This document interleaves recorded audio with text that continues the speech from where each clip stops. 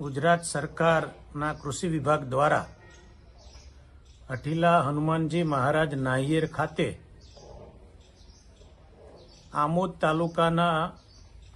78 જેટલા ખેડૂતોને 20 થી 22 લાખ જેટલી મોટી રકમની સબસિડી દ્વારા અનેક ખેડૂતોને કલ્ટિવેટર તથા પ્લાવની સબસિડી આજરોજ અઠીલા હનુમાનજી મહારાજના સાનિધ્યમાં આપવામાં આવી। તો આ નિમિત્તે હું ગુજરાત સરકાર